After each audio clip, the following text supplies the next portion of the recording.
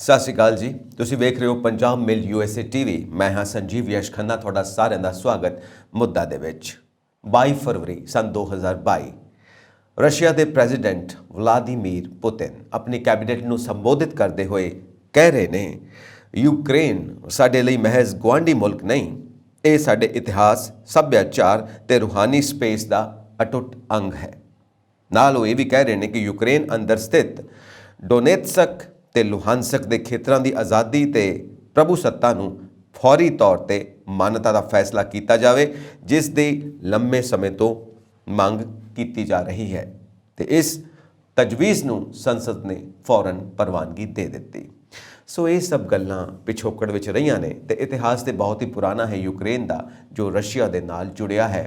ਜ਼ਾਰ ਜਦੋਂ ਰਸ਼ੀਆ ਦੇ ਵਿੱਚ ਰਾਜ ਕਰਦੇ ਸੀ ਉਦੋਂ ਤੋਂ ਯੂਕਰੇਨ ਰਸ਼ੀਆ ਦਾ ਅਨਿੱਖੜਵਾਂ ਅੰਗ ਸੀ, ਪਰ ਇਤਿਹਾਸ ਦੀਆਂ ਬਹੁਤ ਸਾਰੀਆਂ ਪਰਤਾਂ ਨੇ।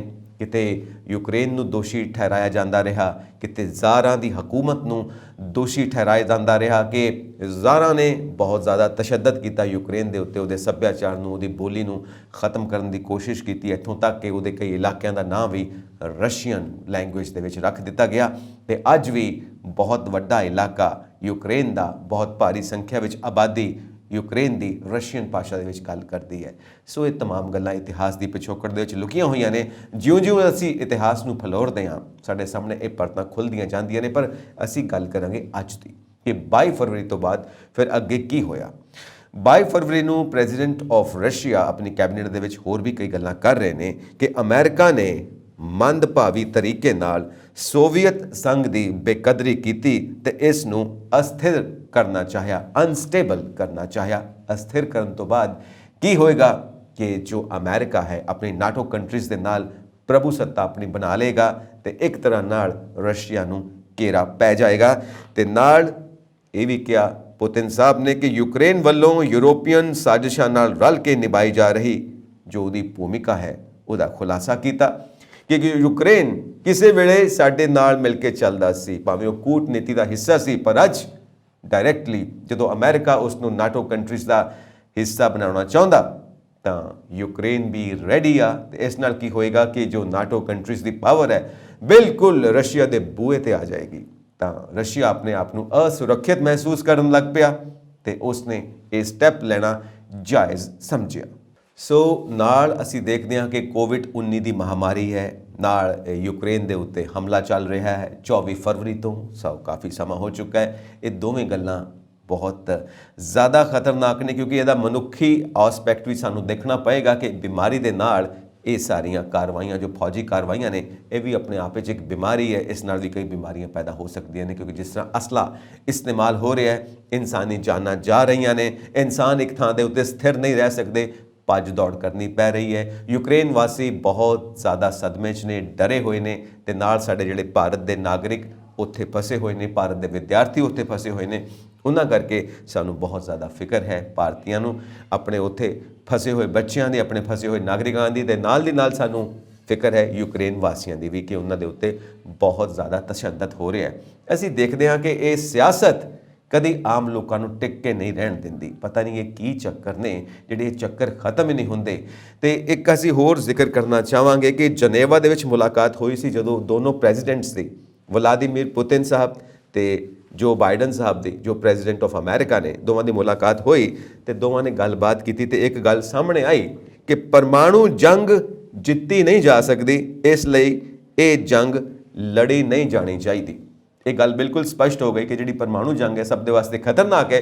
ਜਿਸ ਇਲਾਕੇ ਵਿੱਚ ਇਹ ਪਰਮਾਣੂ ਬੰਬ ਚੱਲਦੇ ਨੇ ਉੱਥੇ ਤਾਂ ਖਤਰਨਾਕ ਹੈ ਹੀ ਹੈ, ਪਰ ਨਾਲ ਦੀ ਨਾਲ ਹਵਾ ਜਿੱਧਰ ਪਾਸੇ ਵਗ ਤੁਰੇ ਉੱਧਰ ਵੀ ਖਤਰਾ ਨਾਲ ਦੀ ਨਾਲ ਜਾਂਦਾ ਕਿ ਇਹਦਾ ਏਰੀਆ ਬਹੁਤ ਵੱਧ ਜਾਂਦਾ, ਕਿੱਥੋਂ ਤੱਕ ਰੇਂਜ ਜਾਂਦੀ ਆ, ਜਿਹੜੀਆਂ ਰੇਡੀਏਸ਼ਨਸ ਨਿਕਲਦੀਆਂ ਕਿੱਥੋਂ ਤੱਕ ਜਾਂਦਾ। ਕਿਉਂਕਿ ਅਸੀਂ ਦੇਖਿਆ ਕਿ ਹੀਰੋਸ਼ੀਮਾ ਨਾਗਾਸਾਕੀ ਦੇ ਵਿੱਚ ਸੈਕਿੰਡ ਵਰਲਡ ਵਾਰ ਦੇ ਵਿੱਚ ਜੋ ਸੁੱਟੇ ਗਏ ਬੰਬ ਉਹਦਾ ਅੱਜ ਵੀ ਅਸਰ ਵੇਖਣ ਨੂੰ ਮਿਲਦਾ ਤੇ ਅੱਜ ਤੇ ਉਸ ਤੋਂ 10,000 ਗੁਣਾ ਜ਼ਿਆਦਾ ਤਾਕਤਵਰ ਬੰਬ ਬਣ ਚੁੱਕੇ ਨੇ ਕਿਉਂਕਿ ਬਹੁਤ ਲੰਮਾ ਇਤਿਹਾਸ ਹੈ ਇਹਨਾਂ ਇਤਿਹਾਸਕਾਰੀ ਬੰਬਾਂ ਦਾ ਵੀ, ਜਿਹੜੇ ਇਹ ਪਰਮਾਣੂ ਬੰਬ ਨੇ। ਸੋ ਹੁਣ ਤਾਂ ਬਹੁਤ ਜ਼ਿਆਦਾ ਖਤਰਨਾਕ ਨੇ। ਹੁਣ ਤੇ ਸਾਰੀ ਵਾਰ ਹੀ ਬਿਲਕੁਲ ਡਿਜੀਟਲ ਹੋ ਚੁੱਕੀ ਆ, ਕੰਪਿਊਟਰਾਈਜ਼ਡ ਵਾਰ ਆ। ਤੁਸੀਂ ਦੇਖਦੇ ਹੋ ਡਰੋਨ ਨਾਲ ਹਮਲੇ ਹੁੰਦੇ ਪਏ ਨੇ, ਰਸ਼ੀਆ ਦੀ ਪੂਰੀ ਜਿਹੜੀ ਆਰਮੀ ਆ ਰਹੀ ਸੀ 60 ਕਿਲੋਮੀਟਰ ਦਾ ਇਲਾਕਾ ਤੈਅ ਕਰਕੇ ਜਿਹੜੇ ਟੈਂਕਾਂ ਦੀ ਬਟਾਲੀਅਨ ਆ ਰਹੀ ਸੀ ਉਹਦੇ ਉੱਤੇ ਯੂਕਰੇਨ ਦੀ ਆਰਮੀ ਨੇ ਡਰੋਨ ਦੇ ਨਾਲ ਹਮਲੇ ਕੀਤੇ ਨੇ, ਤਬਾਹ ਕੀਤਾ ਉਹਨਾਂ ਟੈਂਕਾਂ ਨੂੰ। ਸੋ ਇਹ ਦੋਵੇਂ ਪਾਸੇ ਦੇ ਨੁਕਸਾਨ ਤਾਂ ਹੋ ਰਹੇ ਨੇ। ਨਾਲ ਸਾਨੂੰ ਇਸ ਗੱਲ ਦਾ ਵੀ ਚੇਤਾ ਰਹਿਣਾ ਚਾਹੀਦਾ ਹੈ ਕਿ ਇਹ ਇੱਕ ਐਸਟੀਮੇਟ ਦੇ ਮੁਤਾਬਿਕ ਜਾਂ ਡਾਟਾ ਦੇ ਮੁਤਾਬਿਕ ਆંકੜੇ ਜਿਹੜੇ ਨੇ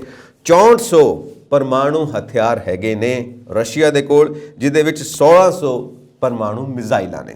ਤੇ ਪੁਤਿਨ ਸਾਹਿਬ ਨੇ ਇਹ ਮਿਜ਼ਾਈਲਾਂ ਸਿੱਧੀਆਂ ਕਰਨ ਨੂੰ ਕਹਿ ਦਿੱਤਾ, ਹੁਕਮ ਜਾਰੀ ਕਰ ਦਿੱਤੇ ਨੇ ਤੇ ਉਸ ਸਾਰੇ ਸਟਾਫ ਨੂੰ ਵੀ ਛੁੱਟੀ ਤੋਂ ਵਾਪਸ ਬੁਲਾ ਲਿਆ ਜੋ ਇਹਨਾਂ ਮਿਜ਼ਾਈਲਾਂ ਨੂੰ ਆਪਰੇਟ ਕਰਦਾ, ਉਹਨਾਂ ਦੀ ਛੁੱਟੀ ਰੱਦ ਕਰ ਦਿੱਤੀ ਗਈ ਹੈ। ਸੋ ਇਹ ਵੀ ਰਸ਼ੀਆ ਦੇ ਪ੍ਰੈਜ਼ੀਡੈਂਟ ਨੇ ਕਹਿ ਦਿੱਤਾ ਕਿ ਜੋ ਵੀ ਦਖਲ ਦੇਗਾ ਉਹਦੀ ਵੀ ਖੈਰ ਨਹੀਂ। ਤੇ ਰਸ਼ੀਆ ਦੇ ਪ੍ਰੈਜ਼ੀਡੈਂਟ ਨੇ ਇਹ ਵੀ ਕਹਿ ਦਿੱਤਾ ਹੈ ਕਿ ਜੋ ਵੀ ਵਿੱਚ ਆ ਕੇ ਦਖਲ ਦੇਗਾ ਉਹਦੀ ਵੀ ਖੈਰ ਨਹੀਂ, ਅਸੀਂ ਉਹਦੇ ਨਾਲ ਵੀ ਨਜਿੱਠ ਲਵਾਂਗੇ। ਸੋ ਇਸ ਕਰਕੇ ਪਰਮਾਣੂ ਤਾਕਤ ਦੇ ਨਾਲ ਲੈਸ ਜਿਹੜੀਆਂ ਮਿਜ਼ਾਈਲਾਂ ਨੇ ਉਹ ਵੀ ਸਿੱਧੀਆਂ ਕਰ ਲਈਆਂ ਨੇ ਯੂਕਰੇਨ ਵੱਲ। ਹੁਣ ਦੱਸੋ ਜੋ ਇਹ ਸਾਰੀ ਖਲਬਲੀ ਮਚ ਗਈ ਆ, ਇਹਦਾ ਰਿਜ਼ਲਟ ਕੀ ਹੋਏਗਾ? ਮਾਨਵਤਾ ਕਿੱਥੇ ਜਾ ਕੇ ਖੜੇਗੀ?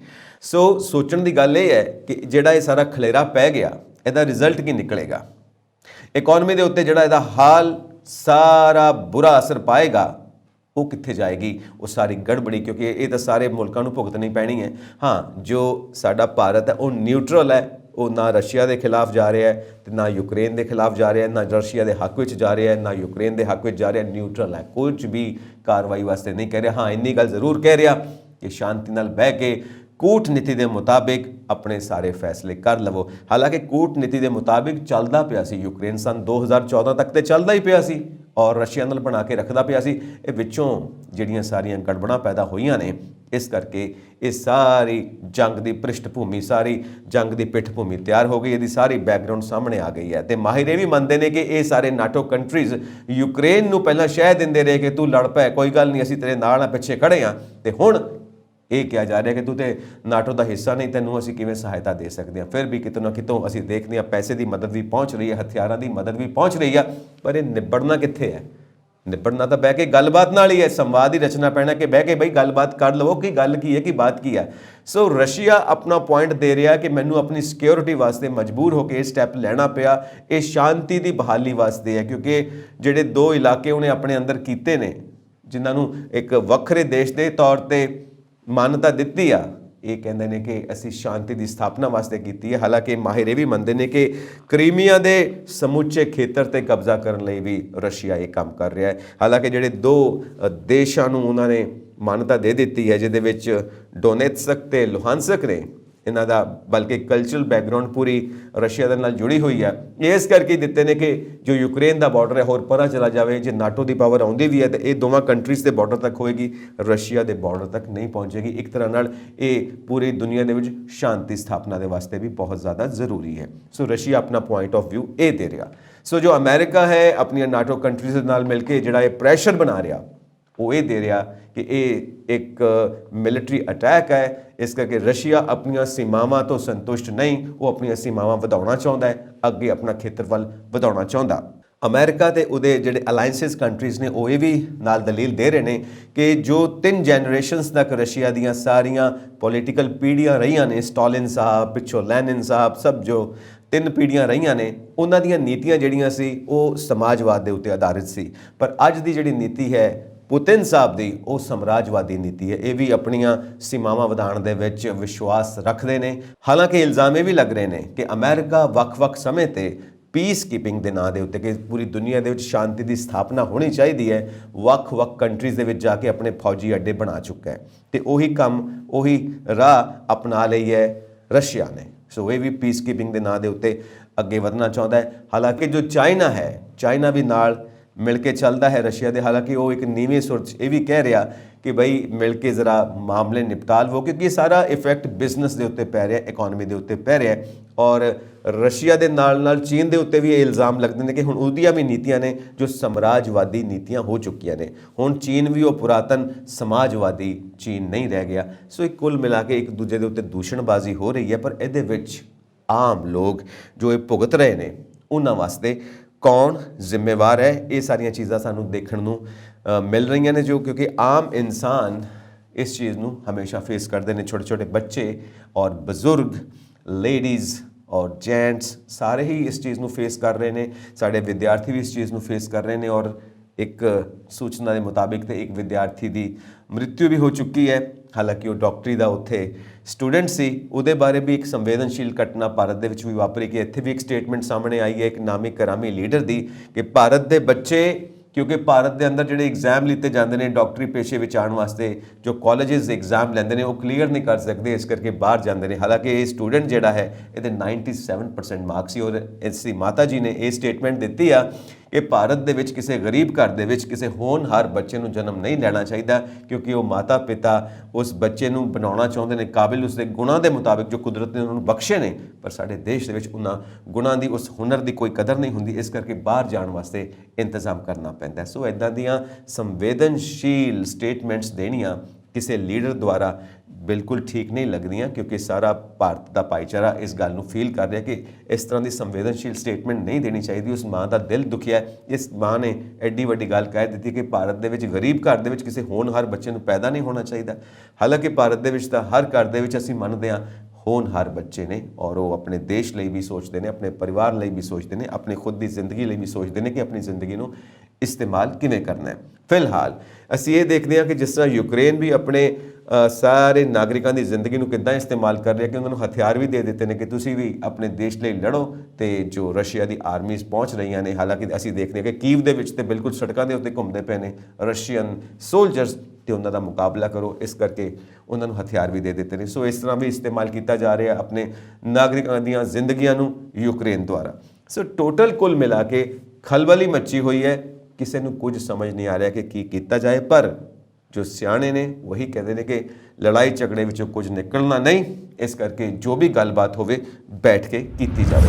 ਅਮਰੀਕਾ ਚਾਹੁੰਦਾ ਕਿ ਯੂਕਰੇਨ ਨਾਟੋ ਦਾ ਹਿੱਸਾ ਬਣ ਜਾਏ, ਪਰ ਰਸ਼ੀਆ ਇਸ ਦੇ ਖਿਲਾਫ ਹੈ। ਹਾਲਾਂਕਿ ਪਿਛੋਕੜ ਇਹ ਵੀ ਹੈ ਕਿ ਕਿਸੇ ਵੇਲੇ ਰਸ਼ੀਆ ਵੀ ਨਾਟੋ ਦਾ ਹਿੱਸਾ ਬਣਨ ਵਿੱਚ ਇੰਟਰਸਟਿਡ ਸੀ, ਪਰ ਕੁਝ ਆਪਣੇ ਜਿਹੜੇ ਇੰਟਰਸਟ ਹੁੰਦੇ ਨੇ ਮੈਚ ਨਹੀਂ ਕੀਤੇ, ਇਸ ਕਰਕੇ ਇਸ ਤੋਂ ਪਿੱਛੇ ਹਟਣਾ ਪਿਆ।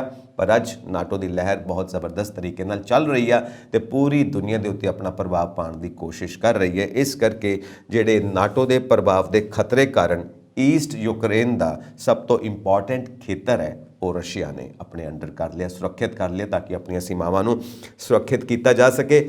ਹਾਲਾਂਕਿ ਅਸੀਂ ਜੇ ਮਿਲਟਰੀ ਸਟ੍ਰੈਟਜੀ ਦੇਖੀਏ ਤਾਂ ਯੂਕਰੇਨ ਦੀ ਆਰਮੀ ਦਾ ਤੇ ਨਾਲ ਰਸ਼ੀਆ ਦੀ ਆਰਮੀ ਦਾ ਕੋਈ ਮੈਚ ਹੀ ਨਹੀਂ, ਕਿਉਂਕਿ ਰਸ਼ੀਆ ਬਹੁਤ ਜ਼ਬਰਦਸਤ, ਬਹੁਤ ਪਾਵਰਫੁਲ ਕੰਟਰੀ ਆ ਔਰ ਅਸੀਂ ਜਾਣਦੇ ਹਾਂ ਕਿ ਇਹ ਵਿਸ਼ਵ ਦੀ ਬਹੁਤ ਵੱਡੀ ਤਾਕਤ ਰਹਿ ਚੁੱਕਿਆ। ਹਾਲਾਂਕਿ ਜਦੋਂ ਟੁੱਟ ਗਿਆ ਰਸ਼ੀਆ, ਉਸ ਤੋਂ ਬਾਅਦ ਅਮਰੀਕਾ ਹੀ ਨੰਬਰ 1 ਤਾਕਤ ਬਣ ਕੇ ਉੱਭਰਿਆ, ਪਰ ਤਾਕਤ ਅਜੇ ਵੀ ਉਹੀ ਹੈ। ਪੁਤਿਨ ਸਾਹਿਬ ਤੋਂ ਬਾਅਦ ਜਿਸ ਤਰ੍ਹਾਂ ਉਹਨਾਂ ਨੇ ਪੂਰੇ ਰਸ਼ੀਆ ਨੂੰ ਖੜਾ ਕੀਤਾ, ਤਾਕਤ ਘੱਟ ਨਹੀਂ, ਸਾਨੂੰ ਉਸ ਨੂੰ ਬਿਲਕੁਲ ਛੋਟਾ ਨਹੀਂ ਸਮਝਣਾ ਚਾਹੀਦਾ, ਬਹੁਤ ਤਾਕਤਵਰ ਹੈ। ਔਰ ਜਿੰਨੀਆਂ ਵੀ ਪਾਬੰਦੀਆਂ ਲਗਾਈਆਂ ਜਾ ਰਹੀਆਂ ਨੇ ਰਸ਼ੀਆ ਦੇ ਉੱਤੇ, ਅਸੀਂ ਜਾਣਦੇ ਹਾਂ ਕਿ ਰਸ਼ੀਆ ਦੁਨੀਆ ਦਾ ਸਭ ਤੋਂ ਵੱਡਾ ਦੇਸ਼ ਹੈ, ਸਭ ਤੋਂ ਵੱਡੇ ਖੇਤਰਫਲ ਵਾਲਾ ਦੇਸ਼ ਹੈ, ਤੇ ਇੰਨੀਆਂ ਪਾਬੰਦੀਆਂ ਜੇ ਲਗਾ ਦਿੱਤੀਆਂ ਜਾਣਗੀਆਂ, ਜਿਹੜੇ ਦੇਸ਼ ਵੀ ਉਹਨਾਂ ਦੇ ਉੱਤੇ ਇਕਨੋਮਿਕ ਪਾਬੰਦੀਆਂ ਲਗਾ ਰਹੇ ਨੇ, ਉਹਨਾਂ ਦੇ ਏਰੀਆਜ਼ ਨੂੰ ਲੈ ਕੇ ਪਾਬੰਦੀਆਂ ਲਗਾ ਰਹੇ ਨੇ, ਉਹਨਾਂ ਦੇ ਜੋ ਵਪਾਰਿਕ ਰਸਤੇ ਨੇ ਜਿਵੇਂ ਬਲੈਕ ਸੀ ਹੈ ਉਸ ਨੂੰ ਦੇਖਦੇ ਹੋਏ ਵੀ ਪਾਬੰਦੀਆਂ ਲਾ ਰਹੇ ਨੇ, ਪਰ ਇਹ ਪਾਬੰਦੀਆਂ ਪੁੱਗਣੀਆਂ ਨਹੀਂ, ਕਿਉਂਕਿ ਜਦੋਂ ਰਸ਼ੀਆ ਨੇ ਜੰਗ ਖਤਮ ਕੀਤੀ ਉਸ ਤੋਂ ਬਾਅਦ ਉਹ ਵੀ ਕੁਝ ਸਟੈਪ ਲੈ ਸਕਦੇ ਨੇ।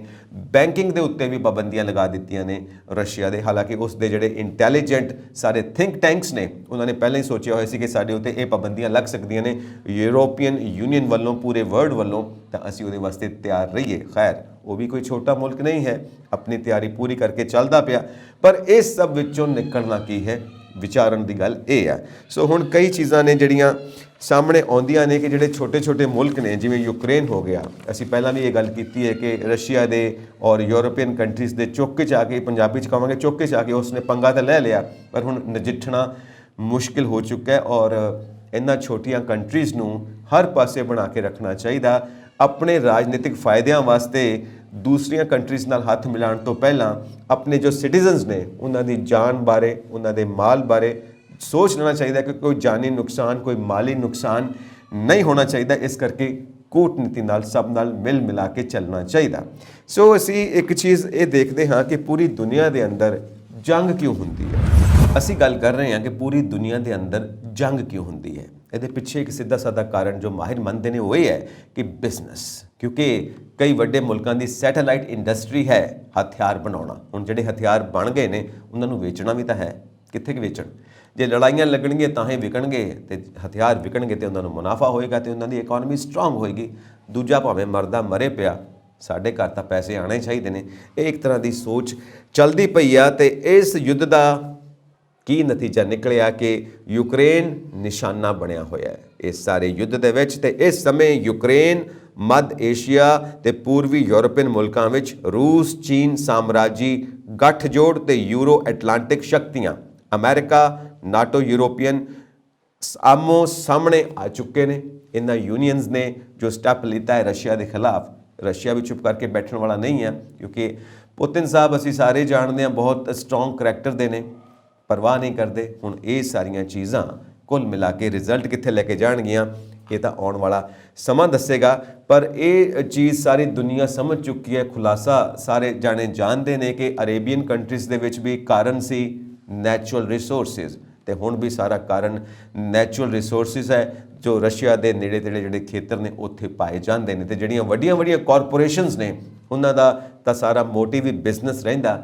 ਤੇ ਉਹਨਾਂ ਦੀ ਤਾਕਤ ਇਹ ਆ ਕਿ ਜੋ ਵੱਖੋ-ਵੱਖ ਰਾਜਸੀ ਪਾਰਟੀਆਂ ਨੇ, ਰਾਜਨੀਤਿਕ ਪਾਰਟੀਆਂ ਨੇ, ਉਹਨਾਂ ਨਾਲ ਮਿਲ ਕੇ ਜਿਹੜੀਆਂ ਪਾਲਿਸੀਜ਼ ਬਣਾਉਂਦੀਆਂ ਨੇ ਮੁਨਾਫਾਖੋਰੀ ਦੀਆਂ, ਉਹ ਤਾਂ ਵਾਤਾਵਰਣ ਦਾ ਵੀ ਖਿਆਲ ਨਹੀਂ ਕਰਦੀਆਂ ਤੇ ਉਹਨਾਂ ਨੇ ਦੇਸ਼ਾਂ ਦਾ ਖਿਆਲ ਕੀ ਕਰਨਾ ਤੇ ਦੇਸ਼ ਦੇ ਲੋਕਾਂ ਦਾ ਖਿਆਲ ਕੀ ਕਰਨਾ।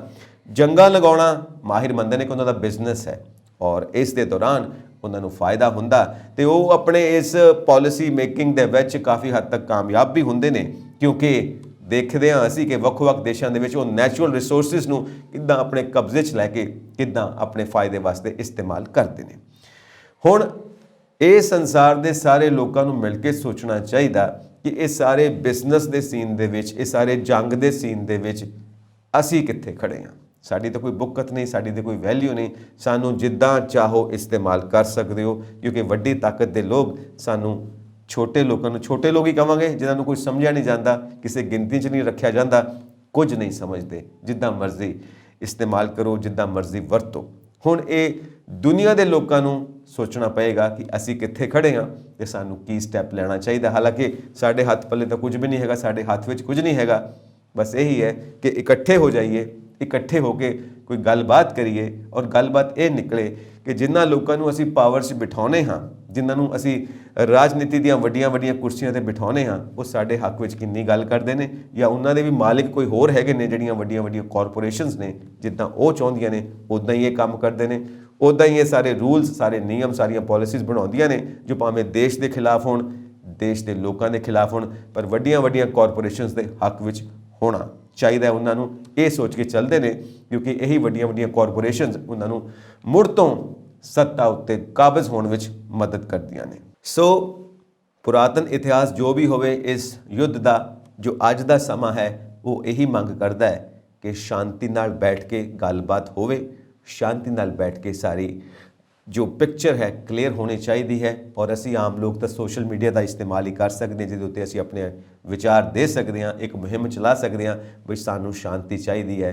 ਤੇ ਲੋਕ ਹਰ ਥਾਂ 'ਤੇ ਕਹਿ ਵੀ ਰਹੇ ਨੇ ਨੋ ਵਾਰ, ਔਰ ਕਿਸੇ ਤਰ੍ਹਾਂ ਦੀ ਕੋਈ ਜੰਗ ਦੁਨੀਆ ਦੇ ਚਿਹਰੇ ਦੇ ਉੱਤੇ ਨਹੀਂ ਹੋਣੀ ਚਾਹੀਦੀ, ਇਸ ਧਰਤੀ ਦੇ ਚਿਹਰੇ ਦੇ ਉੱਤੇ ਨਹੀਂ ਹੋਣੀ ਚਾਹੀਦੀ, ਕਿਉਂਕਿ ਜੰਗਾਂ 'ਚੋਂ ਕੁਝ ਨਹੀਂ ਖੱਟਿਆ ਜਾਂਦਾ, ਜੋ ਖੱਟਿਆ ਜਾਂਦਾ ਸ਼ਾਂਤੀ 'ਚੋਂ ਖੱਟਿਆ ਜਾਂਦਾ, ਕਿਉਂਕਿ ਤਰੱਕੀ ਹਮੇਸ਼ਾ ਸ਼ਾਂਤੀ 'ਚ ਮਿਲਦੀ ਹੈ। ਸੋ ਸ਼ਾਂਤੀ ਬਣਾ ਕੇ ਰੱਖਣੀ ਚਾਹੀਦੀ ਹੈ। ਸਾਨੂੰ ਖੁਸ਼ੀ ਹੈ ਕਿ ਤੁਸੀਂ ਮੁੱਦਾ ਪ੍ਰੋਗਰਾਮ ਦਾ ਹਿੱਸਾ ਬਣਦੇ ਹੋ। ਹੋਰ ਅਪਡੇਟਸ ਦੇ ਲਈ ਵੇਖਦੇ ਰਹੋ ਪੰਜਾਬ ਮੇਲ USA TV। ਸਤਿ ਸ਼੍ਰੀ ਅਕਾਲ ਜੀ।